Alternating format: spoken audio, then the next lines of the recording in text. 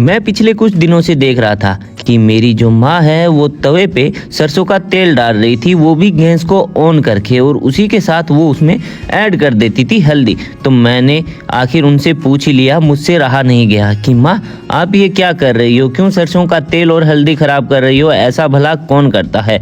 तो मेरी माँ बोलती है कि बेटा मैं इसे खराब नहीं कर रही हूँ, बल्कि मैं हमेशा इस चीज़ का इस्तेमाल इसलिए करती हूँ क्योंकि इससे मुझे बहुत ही ज़्यादा फ़ायदे होते हैं, ढेर सारे फ़ायदे होते हैं, और जिससे मेरे नहीं तुम्हारे पैसे बचते हैं। मैंने बोला कि माँ ऐसा कैसे, मुझे भी बताओ, यह ऐसी कौन सी खास ट्रिक है जिसका आप इस्तेमाल करके आप खुद का फ़ायदा ना देखकर हमारा फ़ायदा देखती हो। तो मेरी माँ बोलती है बेटा इसमें मेरा भी फ़ायदा है और तुम्हारा भी है। तो मैंने बोला कि चलो ठीक है माँ, हमें भी बताओ। तो मेरी माँ बोलती है कि चलो ठीक है, तू जिद कर रहा है तो मैं बता ही देती हूँ। तो मेरी माँ बोलती है कि इसके लिए हमें लगभग 7 से 8 के चम्मच के आसपास ले लेना होगा सरसों का तेल, और वो भी लोहे के तवे पे उसको डाल देना होगा। जब भी आप इस ट्रिक का इस्तेमाल करें तो तवा लोहे का ही होना चाहिए, और फिर उसमें 2 चम्मच हल्दी डालने के बाद इसको कुछ इस तरीके से अच्छे से घुमाते जाना है। जैसे जैसे पकता जाएगा वैसे वैसे जो इसका कलर है वो काला होता जाएगा। तो मैंने बोला चलो ठीक है माँ, कलर तो काला होता जाएगा, लेकिन इसका इस्तेमाल हम कहाँ कर सकते हैं और किस चीज़ में कर सकते हैं।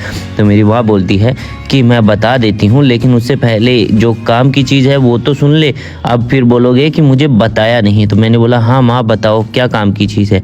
तो मेरी माँ बोलती है कि बेटा इसे सबसे ख़ास बात इसको है कि पकाना कितने समय तक है। तो मैंने बोला हाँ माँ ये बात तो है, मुझे भी बताओ इसको पकाना कितने समय तक है।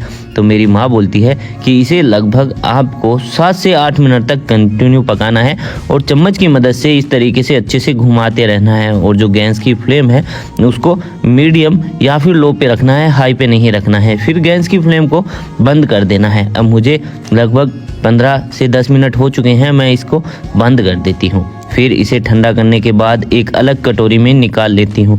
मैंने बोला कि माँ ये सारी चीज़ें आप मुझे बता तो रही हो, लेकिन अब इसका इस्तेमाल भी तो बता दो कि क्या हम इसका इस्तेमाल कर सकते हैं। तो मेरी माँ बोलती है कि बेटा जो तू मेरे ये बाल देख रहा है इतने काले हैं, घने हैं, सिल्की हैं, मुलायम है, जड़ों से मजबूत है, टूटते नहीं हैं, मैंने तुम्हें कभी शैम्पू का भी नहीं बोला, ना कभी मेहंदी का बोला है, ना कभी डाई का बोला है। मैंने बोला कि हाँ माँ आप मुझसे ये सारी चीज़ें नहीं मंगवाती हो, तो इसका और इस ट्रिक का क्या लेना देना है। तो मेरी माँ बोलती है कि बेटा यही वो खास ट्रिक है जिसकी वजह से मेरे बाल ना तो झड़ते हैं ना ही आज तक सफ़ेद हुए हैं। और माँ आप ये कैप्सूल भी ऐड करोगी इसमें। तो मेरी माँ बोलती है कि बेटा ये कैप्सूल नहीं है, ये विटामिन ई का तेल है, जिसे हम विटामिन ई का कैप्सूल भी बोलते हैं, लेकिन दरअसल इसमें विटामिन ई का जो तेल है वो होता है, और यह हमारे बालों के लिए बहुत ही अच्छा होता है, गुणकारी होता है। विटामिन ई की कमी के कारण हमारे बालों में अनेक तरह की समस्याएं उत्पन्न होती है, वो समस्याएं ना हो इसके लिए हमें इसमें ऐड करना होगा विटामिन ई का कैप्सूल।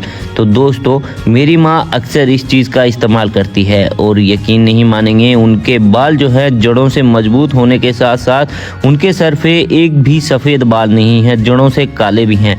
तो आप भी चाहें दोस्तों इस ट्रिक का इस्तेमाल कर सकते हैं। आपके बाल भी चाहे 50 हो या 65 हो, कोई उम्र का फ़र्क नहीं पड़ेगा, आपके बाल हमेशा जड़ों से मजबूत और काले रहेंगे। कैसी लगी है आज की हमारी खास ट्रिक, कमेंट बॉक्स में कमेंट करके ज़रूर बताएं, और दुनिया के कौन से कोने से आप हमारी यह वीडियो देख रहे हैं ये भी ज़रूर बताएं, ताकि मैं आपको थैंक्स